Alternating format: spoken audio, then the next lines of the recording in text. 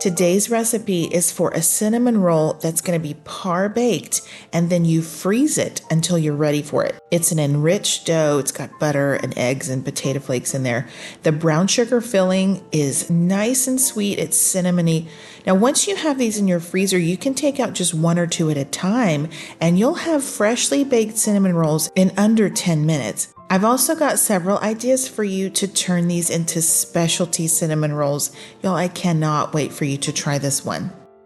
Hi there, everyone. My name is Kareth. Thanks so much for joining me today. I've spent the last several years developing recipes that use freeze-dried ingredients. For those of you who have this type of food on your shelves and want to know how to cook tasty meals with it, this is the channel for you. Sometimes the recipes are 100% shelf stable, and other times they combine freeze-dried with fresh ingredients. All the time they're delicious. I experiment in the kitchen so you don't have to waste your time or resources. My recipes are tried and true. Welcome to the Freeze-Dried Foodie.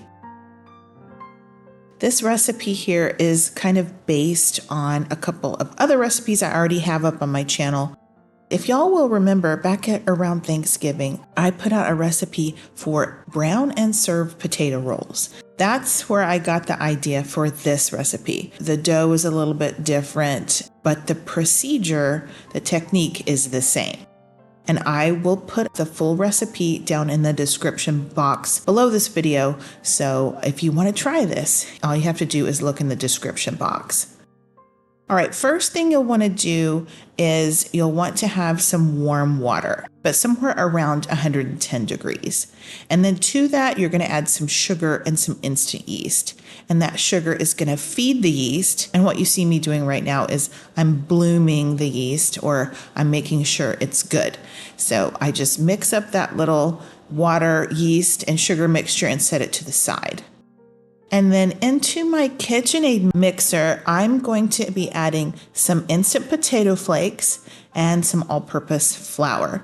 And then just a few other ingredients, and we will have us a really, really nice enriched dough. I've got salt and sugar. I'll have some instant milk powder and some scrambled egg mix. And what this dough is going to be is an enriched dough. It's like a brioche dough. So it's a little bit different than just a regular yeast roll. This is a little richer, a little softer, and kind of pillowy. It's really, really good. All right, once that yeast mixture has bloomed, then you can go ahead and add it to the dry mixture. And then this is one of those recipes that I do like to use a KitchenAid mixer for. I like my mixer to do the work for me. So anyway, you just mix that up until it's nicely combined. You want to make sure that the dough's not sticking to the bottom or to the sides. And if it looks like this, like mine looks really good, then you can go ahead and add the butter to it. What I had to do this time actually was I had to add a tablespoon of water, because not all of the dry ingredients were incorporated. Most of the time I end up adding flour. This time I added water. You just have to kind of see what the texture of your dough is. But anyway, once you get it to that texture, you can start adding the butter. And I added just 2.5 tablespoons of butter, just 1 tablespoon at a time. And it's just going to incorporate into that dough. Every once in a while, you might have to stop your mixer and scrape down the sides, because that butter, sometimes it tends to just float around the edges.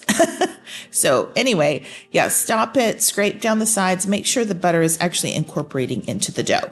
And then you just are going to let this knead for probably 5 to 7 minutes, something like that. After that kneading time, it'll be ready to do its first rise. Okay, so I am transferring this into a bowl that I had sprayed with a little bit of olive oil spray, and I'm just going to cover that and set it into my oven. My oven is off, but I have the light bulb on. So for me, that's like the best place for me to proof some dough. So it's going to sit in there for about an hour. And in the meantime, I went ahead and made my filling. Now I'm using a brown sugar filling for these cinnamon rolls. It's so delicious. So I've just got about 1/2 cup brown sugar and about 1/2 tablespoon of cinnamon. And that's all you really need. You'll need some softened butter for this, about 3 tablespoons of softened butter. But yeah, it's like a very simple filling. You don't want too much of it because it'll tend to ooze out, but you want enough of it to where you know that it's a cinnamon roll. All right, so after about an hour in the oven with just the light on, my dough has probably doubled in size. And I like to put it out on my countertop, a little bit of flour under there maybe. Then I just pressed it into a rectangle with my fingers. And then I like to get my rolling pin out. And first, I like to roll out the corners and then roll the edges to meet those corners. That is just, I think, the best way to roll a rectangle. Do the corners first. So my dough is 18 inches by 12 inches. And this is going to make 8 cinnamon rolls. So get that butter on there, a nice and even spread. And then you can sprinkle on your brown sugar and cinnamon mixture. And just make sure you have good coverage. Okay, and what I like to do is to use my pizza cutter to cut this into 8 strips of dough. And I'm cutting from the long side. You could also cut from the short side. They will be like a lot shorter, but you'll have more spiral. So it's totally up to you. And you just start at one end and gently roll. I'm not really even pressing. It's just, I'm just rolling up with very, very little pressure. And they just make beautiful little spirals. Isn't that cute? Okay, so onto your baking sheet. I finally found my Silpat. That has been lost for literally years. It was behind something and under something. On to the Silpat it goes, pat it down, cover it, and we're going to let that rise for another 30 minutes. Okay, so after another 30-minute rise, then you can remove it from the oven, turn on your oven to 250 degrees. I know that's low, but that is how we par bake these. 250 for 30 minutes. And you'll notice when they come out, they're very blonde. See how pale those are? You don't want any color on these. These are cooked mostly all the way through, but not quite. They lack just a little bit. That's exactly what we want. You're going to need to let these cool completely on the baking sheet. And then after they are completely cooled, then you'll be able to put this in the freezer. Aren't they beautiful? I just think they're so, so pretty. It's a beautiful dough. It's a beautiful cinnamon roll. Okay, after it's completely cooled, I let it sit there for probably an hour. Now I'm going to put them just on that baking sheet in the freezer. I'll flash freeze these and then I'll repackage them. And I typically package them 2 by 2. All right, so whenever you're in the mood for fresh cinnamon rolls, you can just take out as many as you like. I'm going to take out 2 and bake 2 here. You could remove 1 and bake 1. You could do 4, 6. It's totally up to you. Bake as many as you like. But the appeal here is that you can bake just a couple at a time, and then you'll have fresh cinnamon rolls. When you're ready to bake these, you have options. If you want toasty and brown, then you can put them in the oven or the toaster oven. 375, about 8 minutes, maybe 10. If you want soft, ooey gooey middles kind of all the way through, you can microwave these. It's 1 minute from frozen and then add your frosting. I had made some cream cheese icing. I used cream cheese, brown butter, and vanilla bean for this frosting, y'all, and it is so good. I learned it from, I think it was Claire Saffitz. Oh my word, isn't that just so beautiful? And let me tell you, my house smells like a bakery. These are gorgeous to look at, and even as pretty as they are, they taste even better. And when you brown these, you'll notice that there is some caramelization that will happen around the bottom. So that cinnamon and that brown sugar is going to caramelize a little bit on the bottom and give you these really nice bottoms. But the middles, the dough, it's very soft. It's super tender. It's nice and fluffy. And that's because we used an enriched dough. So my dough recipe that incorporates that butter in there, it has the scrambled egg mix, it's got the instant milk powder, and it's just such a great cinnamon roll dough. And one of the cool things about using some instant potato flakes in substitution for some of the flour in the dough is that they are really able to hold on to the moisture in the dough, and it just turns out to be a really soft, fluffy, moist, tender dough. And y'all, it works beautifully as a par bake brown and serve cinnamon roll. I have seen just maybe a couple of brands at the grocery store, the brown and serve cinnamon rolls, Sister Schubert's and Rhodes. And I've tried both of those. I like them. I think they're good. But if you want to make that as a homemade version, this recipe is going to do you proud. I think you're going to be really glad that you took the time in advance to prep these.